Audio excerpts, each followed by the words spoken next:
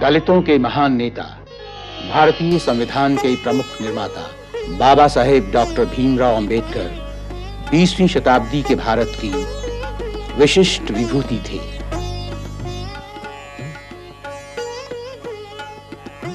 इनका जीवन जाति भेद, वर्ण भेद तथा छुआछूत के विरुद्ध संघर्ष और विद्रोह की एक रोचक, रोमांचक तथा प्रेरक कहानी है।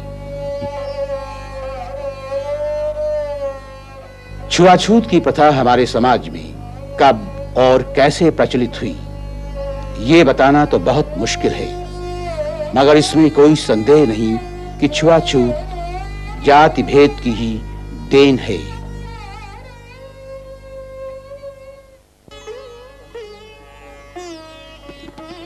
संपूर्ण पिछले वर्ग के आर्थिक एवं सामाजिक विकास में बाबा साहेब का योगदान अत्यधिक महत्वपूर्ण है।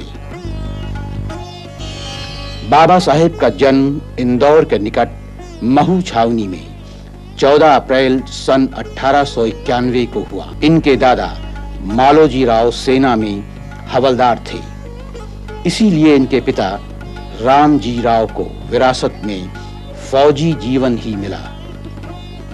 मां का नाम था भीमा बाई।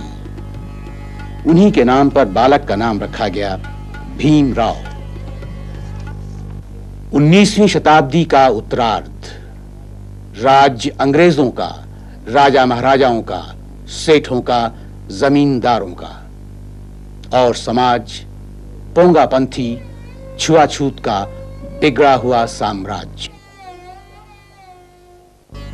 एक अंग्रेज अफसर की कृपा से भीमराव को सतारा के कैंप स्कूल में भर्ती कराया गया, लेकिन छुआछूत बालक भीमराव के साथ साथ चलता रहा।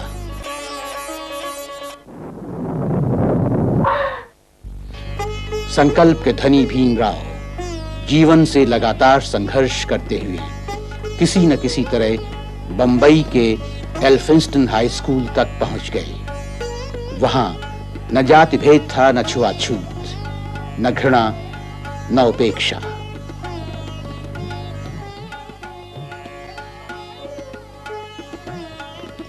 पहली बार भीमराव को जीवन में नैतिक सिद्धांतों की विजय होती सी जान पड़ी। उनके मन में छुपी एक बड़ा व्यक्ति बनने की अभिलाषा जाग उठी। तभी ममतामयी मां का देहांत हो गया। जिस गोद में वे मन हल्का किया करते थे, वो हमेशा के लिए छिन गई। फिर भी भीमराव ने न मन छोटा किया, न हिम्मत हारी। अपनी पढ़ाई में जुटे रहे। भीमराव अभी 17 वर्ष के भी नहीं थे कि उनकी शादी 9 वर्ष की एक अनाथ बालिका रमाबाई से कर दी गई। रमाबाई ने अपने पति का लक्ष्य बहुत जल्दी समझ लिया।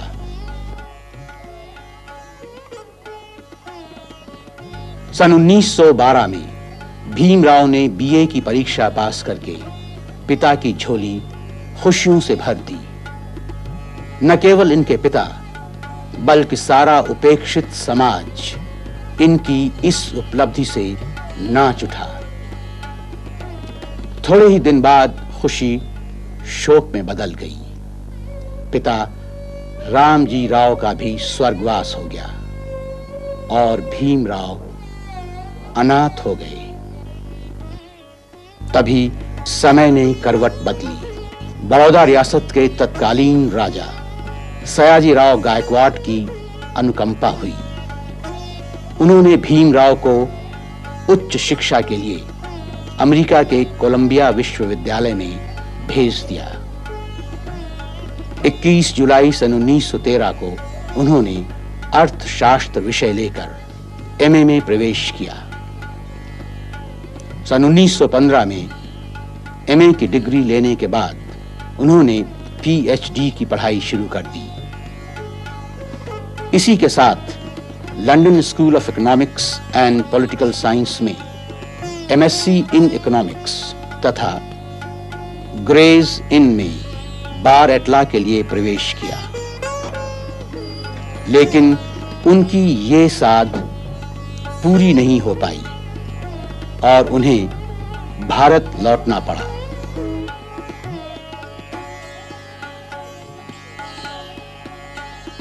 सन 1918 में doctor Ambedkar Lord Sydenham college में अर्थशास्त्र के लेक्चरर नियुक्त हुए। अधूरी पढ़ाई पूरी करने की उनकी इच्छा इतनी प्रबल थी कि वे नौकरी छोड़कर फिर लंदन चले गए और इस बार बैरिस्टर बनकर ही वहां से वापस आए। भारत आने के बाद उन्होंने बंबई हाईकोर्ट में वकालत शुरू की।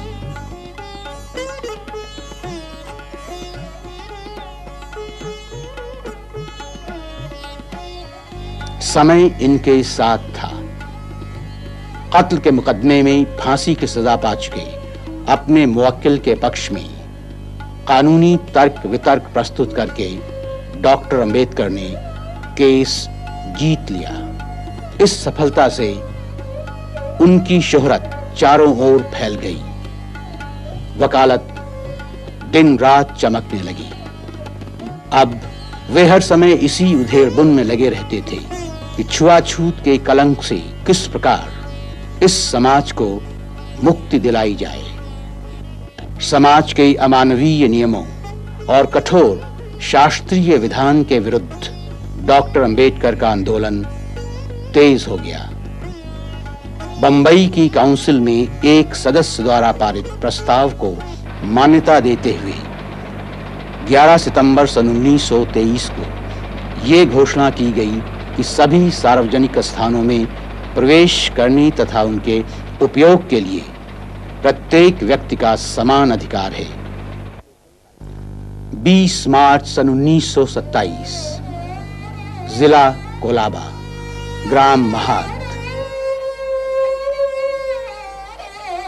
दलितों को पानी की बहुत बड़ी कठिनाई।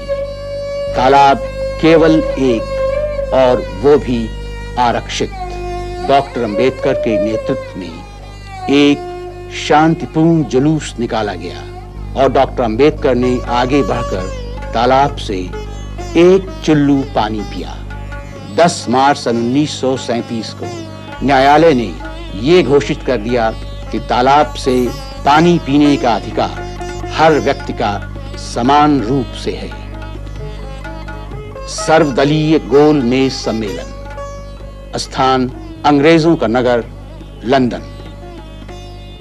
भारत के अन्य प्रतिनिधियों में प्रसिद्ध वकील जयकर, रामास्वामी अय्यर, मोहम्मद अली जिन्ना व डॉक्टर मुंजे जैसे प्रमुख व्यक्तियों के साथ डॉक्टर अंबेडकर और श्रीनिवासन भी उपस्थित थे। दलित वर्ग के अधिकारों के लिए डॉक्टर अंबेडकर ने गोल मेज सम्मेलन में जो कर दिखाया, सारे भारत में उसकी धूम मच गई।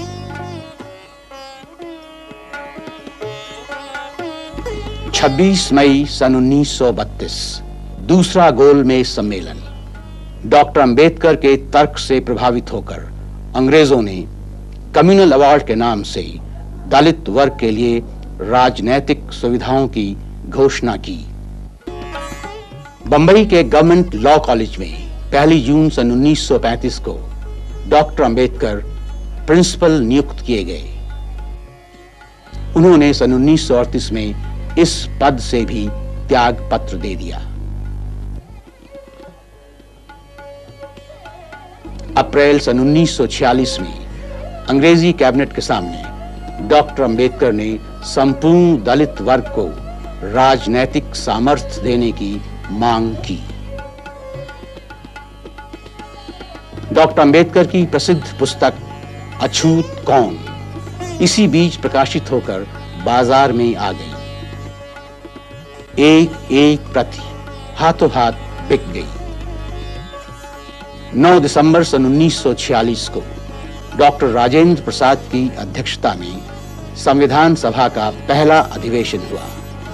इसी अधिवेशन में संविधान के नियम बनाने के लिए एक समिति बनाई गई और डॉक्टर अंबेडकर इस समिति के अध्यक्ष नियुक्त किए गए। 15 अगस्त सन 1947 आजाद भारत के प्रधानमंत्री पंडित जवाहरलाल नेहरू के मंत्रिमंडल में डॉक्टर अंबेडकर प्रथम कानून मंत्री बनाए गए। वे संविधान निर्माण के कार्य में जुट गए। फरवरी सन 1948 में डॉक्टर अंबेडकर ने नया संविधान सभा को सौंप दिया। उस समय उसमें 315 धाराएं और 8 तालिकाएं थीं।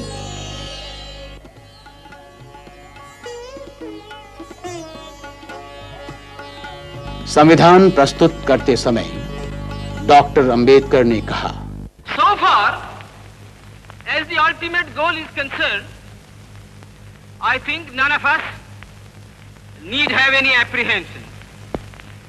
None of us need have any doubt. But my fear, which I must express clearly, is this.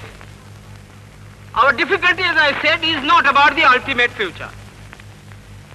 Our difficulty is how to make the heterogeneous mass that we have today take a decision in common and march in a cooperative way on that road which is bound to lead us to unity. Our difficulty is not with regard to the ultimate. Our difficulty is with regard to the beginning. Mr. Chairman, therefore, I like a strong, united center.